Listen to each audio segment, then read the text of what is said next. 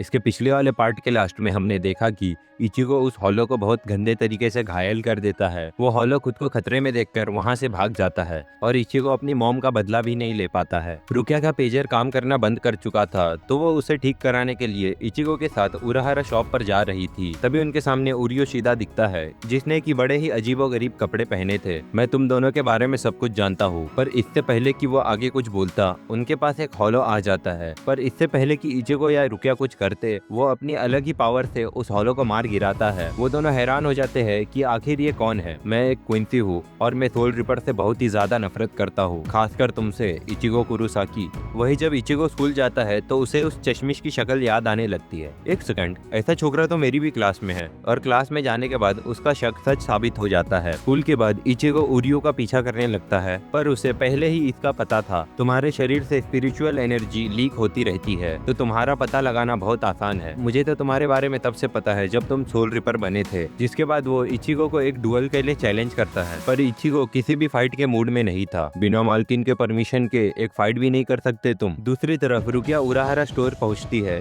जहां वो किसके से क्विंसीज के बारे में पूछती है। किसके बताता है कि क्विंसीज के बारे में उन्होंने 200 साल से नहीं सुना है। क्विंसी एक ह्यूमन की स्पेशल ट्राइब थी, जो कि हॉलोस को मारने में बड़े ही एक्सपर्ट थे। पर 200 साल पहले सभी क्विंसीज मारे गए और तब से ही किसी भी क्विंसी को नहीं देखा गया है। सोल रिपर्स और क्विंसी में कभी नहीं बनी, क्योंकि जहां सोल रिपर्स हॉलोस को प्यूरिफाई करते थे, क्विंसीज उनकी सोल को पूरी तरह से खत्म कर देते थे। वही दूसरी तरफ इचिगो फाइट के लिए मान जाता है और वो कॉर्न को बाहर निकाल कर वो पिल खा लेता है। उरियो के पास एक हॉलो बेट होता है, जब वो उसे तोड़ देगा तब बहुत सारे हॉलोस आना शुरू हो जाएंगे। 24 घंटे के अंदर जो भी सबसे ज्यादा हॉलोस को मारेगा वही विनर होगा। उरियो जैसे ही उस चीज को तोड़ता है, वहाँ बहुत सारे हॉलोस आना शुरू हो जाते हैं। जैसे ही एक हॉलो बाहर आता है, उरियो अपने एरो से उस हॉलो को मार गिराता है, पर इचिगो उसे जाकर पकड़ता है। तुम भला हमारी फाइट में आम लोगों की जिंदगी खतरे में क्यों डाल रहे हो? मुझसे लड़ने से अच्छा यह होगा कि तुम हॉलोस को जाके मारो। तुम्हें पता है ना, हॉलोस उनके पीछे जाते हैं जिनकी स्पिरिचुअल प्रेशर ज्यादा होती है, और मैंने सुना है कि तुम्हारी बहन भी हॉलोस को देख सकती है। यह सुनते ही इचिगो अपने घर की तरफ जाने लगता है। दूसरी तरफ तात्सुकी को भी भूत दिखना शुरू हो चुके हैं। तभी वहाँ ओरेहिमा आ जाती है और उन दोनों की बातों से हमें पता लगता है कि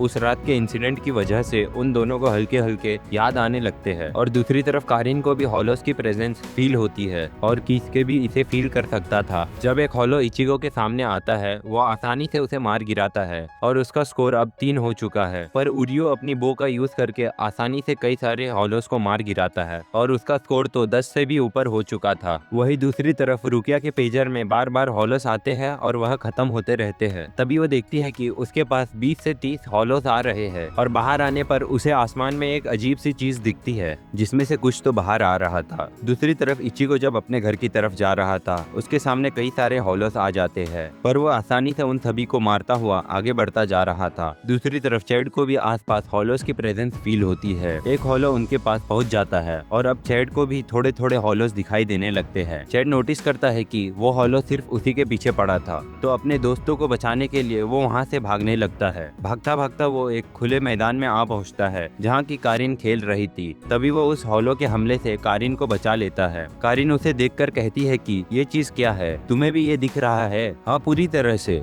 ओह, मुझे तो बस ये हल्का हल्का दिख रहा है। तभी एक हॉलो चैड के ऊपर हमला करने जाता है, पर वो अपने साथ कारिन को लेकर भागने लगता है। वही वो कारिन की मदद से उस हॉलो से थोड़ी बहुत लड़ाई तो कर ही लेता है, पर फिर भी उसे एक पंच पड़ ही जाती है। जख्मी हालत में उसे अपने बचपन के दिन याद आते हैं। वह बचपन से ही बहुत ज्यादा ताकतवर था, और जब उसने कुछ लोगों की कुटाई कर दी थी, उसके ग्रैंडपा ने उसे कहा था कि तुम्हें बहुत ही ज्यादा स्ट्रॉन्ग बॉडी मिली है, पर इसका यूज हमें लड़ाई के लिए नहीं बल्कि दूसरों की मदद करने के लिए करनी चाहिए। और इसी दिन से चैड ने लड़ाई करना बंद कर दिया था। तभी साडो खड़ा होता है और वह अपने एक ही मुक्के से उस मॉन्स्टर के हाथ को अलग कर देता है। अभी तुम सोच रहे होगे कि मैं चैड को साडो क्यों बोल रहा हूँ, क्योंकि चैड ही साडो है और साडो ही चैड है। और हम देखते हैं कि साडो का हाथ अजीब सा दिखने लगा था, जिसके बाद वह अपने अगले पंच से उस हॉलो को खत्म कर देता है। कारिन का हालचाल पूछने पर वो बस अपना अंगूठा दिखाता है, जिसके बाद वह जमीन पर गिर जाता है। वही काफी ज्यादा ढूंढने के बाद भी इचिगो को उसकी बहनें नहीं मिलती। तभी उसके पास कौन आकर पहुंचता है और बताता है कि उसने अभी अभी उन दोनों को घर से वापस जाते हुए देखा है। तो इचिगो उससे कहता है कि वो अभी के अभी घर जाकर कारिन और युजु का ध्यान रखे। वही दूसरी तरफ स्कूल में ओरेहिमे को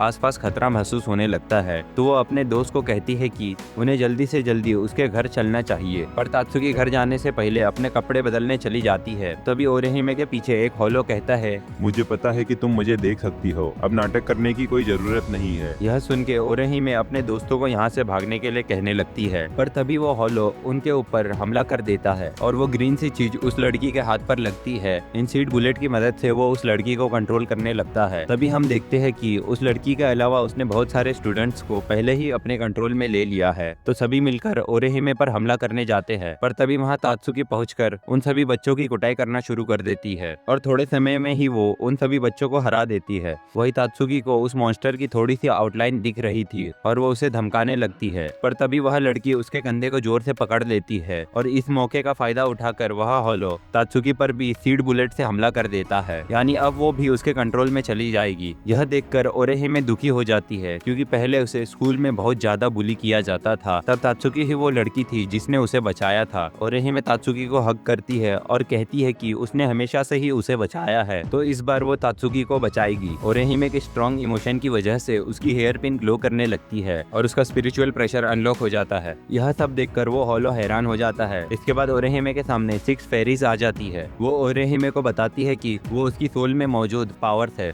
जो कि उसको प्रोटेक्ट करने आई है। वो उसे बताती है कि उनकी पावर्स रिजेक्शन बेस्ड है। वो अपनी शील्ड से किसी भी चीज को रिजेक्ट कर सकती है, यानी कि वो तात्सुकी की इंजरीज को रिजेक्ट कर सकती है। जैसे ही ओरेहिमे मंत्र बोलती है, वो तात्सुकी को हील करने लगती है। आखिरी वाला फेरी उसे बताता है कि वो अटैक बेस्ड फेरी है जिसकी मदद से वो हमला कर सकती है। जिसके बाद ओरेहिमे उस फेरी का यूज करके उस हॉलो को हरा देती है, पर इतनी ज्यादा स्पिरिचुअल एनर्जी कंज्यूम होने की वजह से वो बेहोश हो जाती है। जिसके बाद वो सब फेरीज फिर से उसकी हेयर पिन में ट्रांसफॉर्म हो जाते हैं। तभी वहाँ पर कीसके भी पहुंच जाता है, जिसके पीछे टेसाई चैड को भी लेकर आया था। जिसके बाद वो उन दोनों को उराहारा शॉप पर ले आता है। जिसके बाद इचिगो और उरियो दोनों भी काफी सारे मॉन्स्टर को मारने में लगे हैं, पर अब उरियो के हाथ से खून बहने लगता है और उसे समझ नहीं आता कि इतने सारे मॉन्स्टर आ कहाँ से रहे हैं, क्योंकि उसने जो चीज तोड़ी थी उसमें से तो इतने सारे मॉन्स्टर आने नहीं चाहिए थे। यानी यहाँ पर कोई पावरफुल मॉन्स्टर आ चुका है जो कि इन सभी को यहाँ समन कर रहा है। वही रुकिया एक पूप जैसे दिखने वाले मॉन्स्टर से लड़ रही थी, पर वो उसका कुछ नहीं बिगाड़ पाती। तभी वहाँ पर कौन आकर उसे एक किक मारता है। तुम्हें बचाने के लिए मुझे एक तो हक मिलना ही चाहिए ना,